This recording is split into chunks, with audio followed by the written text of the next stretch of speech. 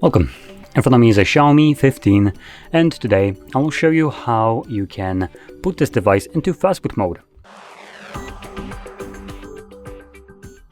So, to get started, you want to hold power button and volume up at the same time and swipe up to turn off your device. Once the device turns off, let me just pop out the SIM card so we don't have the pop-up later on. So once the device turns off, you want to hold your power button and volume down at the same time.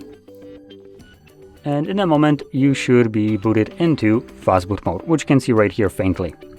And that's how you access Fastboot mode. Now to leave it, you can hold the power button till the screen turns off. So just look for the Fastboot to disappear. There we go. And as you can see, the device will boot up on its own. And there we go. So, if you found this video helpful, don't forget to hit like, subscribe, and thanks for watching.